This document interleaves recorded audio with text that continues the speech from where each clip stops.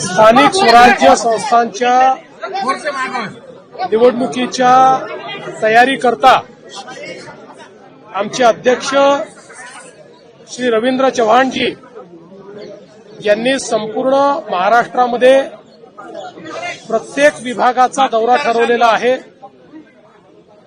या दौऱ्यामध्ये त्या विभागातल्या महानगरपालिका, नगरपालिका, जिल्हा परिषदा, पंचायत समिती याचा आम्ही आढावा घेतो आहोत। आज पश्चिम महाराष्ट्राचा आढावा पुण्यामध्ये आम्ही घेतलाय। आता इथनं गेल्यानंतर कोकण विभागाचा आमचा आढावा मुंबईमध्ये आहे।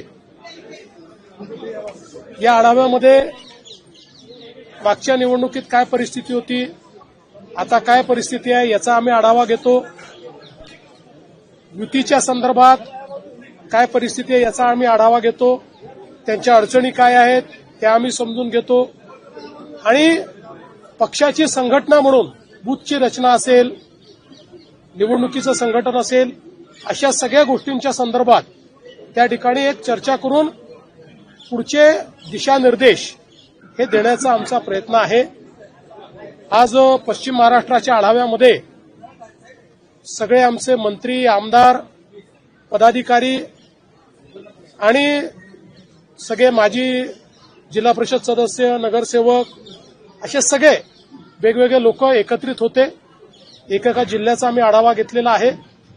अतिशय सकारात्मक अशा प्रकारची परिस्थिती पाहायला मिळते आहे, उत्साह आहे। युतीच्या संदर्भात देखील आम्ही अगदी स्पष्ट निर्देश दिले आहेत की त्याचे अधिकार आम्ही हे सगळे खाली आमच्या जिल्ह्यांना दिलेले आहेत आणि सांगितलं आहे की जिथे शक्य असेल त्या प्रत्येक ठिकाणी युतीचाच प्रयत्न केला पाहिजे। काही ठिकाणी शक्य देखील होणार नाही, त्या ठिकाणी आम्ही स्वतंत्रपणे लढू, पण कुठे स्वतंत्रपणे लढलो तरी मित्रपक्षावर टोकाची टीका करायची नाही, अशा प्रकारचेही आम्ही त्या ठिकाणी निर्देश दिलेले आहेत। त्यामुळे त्या त्या ठिकाणच्या परिस्थितीप्रमाणे ते आमचे जे युनिट्स आहेत ते चर्चा करतायत, युती ठरवतायत, काही ठिकाणी ती होते देखील आहे। त्यामुळे तो निर्णय आता खालच्या स्तरावर हा योग्य पद्धतीनं होईल असा मला विश्वास आहे। देवेंद्रजी, आता रवींद्र चव्हाण यांची नियुक्ती होऊन बरेच महिने झालेले आहेत, तरी त्यांची कार्यकारिणी काही जाहीर होऊ शकली नाहीये। नेमक्या काय अडचणी येत आहेत? काही अडचणी नाही, मला असं वाटतं कधी पुढच्या 8-10 दिवसात ती जाहीर होईल।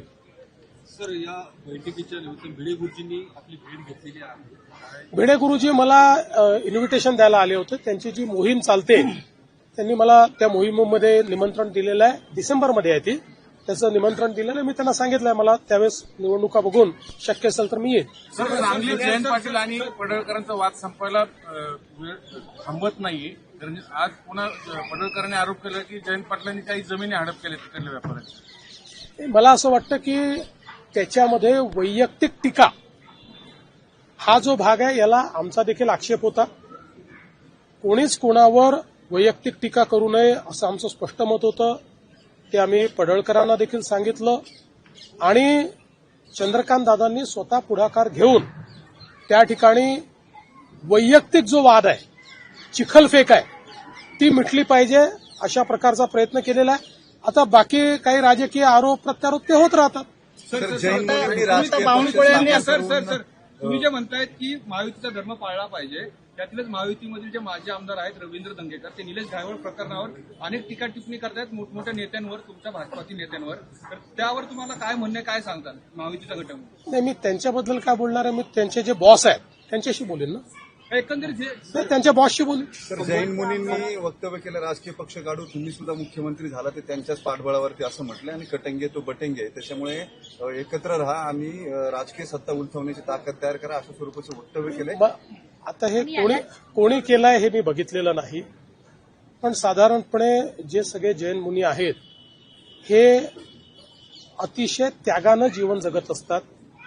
सगळ्यांना जगण्याचा उत्तम मार्ग ते सांगतात, अहिंसेचा मार्ग सांगतात आणि अपरिग्रह हा एक अत्यंत महत्वाचा जे मूल्य आहे ते शिकवण्याचं काम आमचे जैन मुनी करत असतात। त्यांच्याबद्दल नितांत आदर आम्हाला आहे आणि साधारणपणे जे जैन मुनी आहेत ते ज्या प्रकारे त्या ठिकाणी चांगला मार्ग सांगतात त्या मार्गावर चालण्याचा आम्ही प्रयत्न करतो। बाकी आता कोणी काही बोललं असेल तर मला त्याची माहिती नाही, त्यामुळे मी त्याच्यावर बोलू शकणार नाही. मराठवाड्यातल्या शेतकऱ्यांना मदत जाहीर झालेली आहे, ती नेमकी कधीपर्यंत मिळणार आहे? आता तातडीची काही गरज आवश्यक आहे त्या संदर्भात? मदत मिळणं सुरू झालेलं आहे. आम्ही आता त्या संदर्भात निधीची जी काही आवश्यकता होती त्याचा पहिला टप्पा ऑलरेडी दिलेला आहे, दुसरा टप्पा देखील तात्काळ आम्ही देतो आहोत. आमचा प्रयत्न आहे दिवाळीपूर्वी जितके जास्तीत जास्त देता येईल तेवढे आम्ही देऊ. कदाचित काही दिवाळीच्या दरम्यान किंवा त्यानंतरही मिळेल, पण जास्तीत जास्त दिवाळीपूर्वी देण्याचा प्रयत्न करू. आज उद्धवजींनी तिकडे हंबरडा मोर्चा काढून बऱ्यापैकी पुन्हा एकदा सरकारवर टीका केली. आमचं लक्ष असेल, मदत नाही मिळालं तर आम्ही पुन्हा रस्त्यावर उतरू. चला, हे त्यांनी म्हटलं मला मान्य आहे, फार चांगलं आहे, हे विरोधी पक्षाचं काम आहे. भाई याचा अर्थ मदत मिळणार आहे याच्यावर त्यांचा विश्वास आहे. आम्ही जी मदत केली ती पण त्यांना मान्य आहे. आता त्यांचं म्हणणं एवढंच आहे की जर नाही मिळाली तर रस्त्यावर उतरू. आम्ही उद्धवजीला रस्त्यावर उतरू देणार नाही, आम्ही मदत नीट देऊ. आता महापालिका निवडणुकीच्या पार्श्वभूमीवर मोठ्या प्रमाणात भाजपमध्ये इनकमिंग व्हायची चर्चा सुरू आहे. पक्षामध्ये ऑलरेडी भरपूर कार्यकर्ते झाल्याच्या बाहेरच्या नको अशा मतप्रवाह आहे. पुण्यामध्ये देखील ती अशी अवस्था. आगामी काळात भाजपची काय भूमिका असणार आहे? भाजपमध्ये कुठलाही स्ट्रॉंग कार्यकर्ता जर आला तर त्याला घेण्याचीच आमची भूमिका आहे. साधारणपणे भाजपमध्ये जे आमचे कार्यकर्ते आहेत ते लोकांना अकोमोडेट करतात, त्यामुळे भाजप मोठा झालेला आहे. एखाद्या वेळी एखाद्या ठिकाणी काही नाराजी पण येते, त्यावेळी आम्ही लोकांना समजवतो आणि ते समजतात. सिनेमाच्या प्रीमियरला तुम्ही आज जाणार होते, ज्याला राज ठाकरे आणि महेश मांजरेकर येणार होते. मी त्यांना फोन करून सकाळीच कळवलं होतं, कारण ज्यावेळी 5 वाजताचा कार्यक्रम होता आणि ज्यावेळी सगळी आमची रचना मी बघितली त्यावेळी माझ्या लक्षात आलं की मी काही मुंबईत पोहोचू शकत नाही, त्यामुळे मी सकाळीच त्यांना फोन करून कळवलं.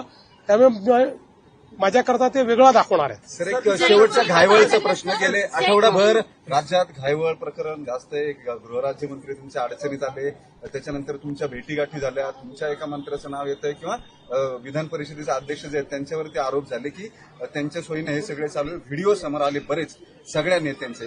तुम्ही मुख्यमंत्री म्हणून याच्या संदर्भामध्ये नेमकी काय कमेंट कराल? काही निर्णायक भूमिका घेणार आहात की वादावर पडदा टाकणार आहात? पहिली गोष्ट तर अशी आहे की या प्रकरणाची सुरुवात कुठे होते हे आपण लक्षात घेतलं पाहिजे.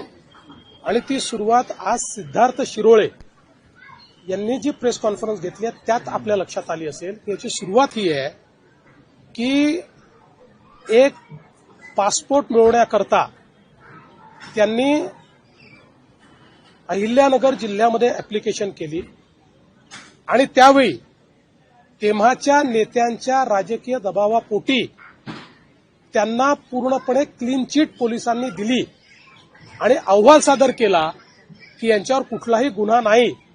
ते तिथे राहत नसताना असा अहवाल यायला हवा होता की हा व्यक्ती इथे राहत नाही, ते अहवालात कुठेही मेन्शन केलं नाही आणि त्यामुळे हा पासपोर्ट त्यांना मिळाला आणि ते पळून जाऊ शकले. तेव्हा कोणाचा दबाव होता, निवडणुकीत त्यांनी कोणाचं काम केलं होतं, कोणाचा आशीर्वाद होता, या सगळ्या गोष्टी देखील समोर आल्या पाहिजेत. माझं मत अतिशय स्पष्ट आहे. अशा प्रकारची जी प्रवृत्ती आहे त्याला दुसरा पक्ष असो का आमचा पक्ष असो कोणीही त्याला थारा देता कामा नये. अशा प्रकारच्या प्रवृत्तीवर कारवाई केलीच जाईल आणि त्यांना पासपोर्ट देण्याकरता ज्यांनी त्या ठिकाणी दबाव टाकून अशा प्रकारचा पूर्णपणे चुकीचा अहवाल त्या ठिकाणी सादर केला त्यांचीही चौकशी केली जाईल.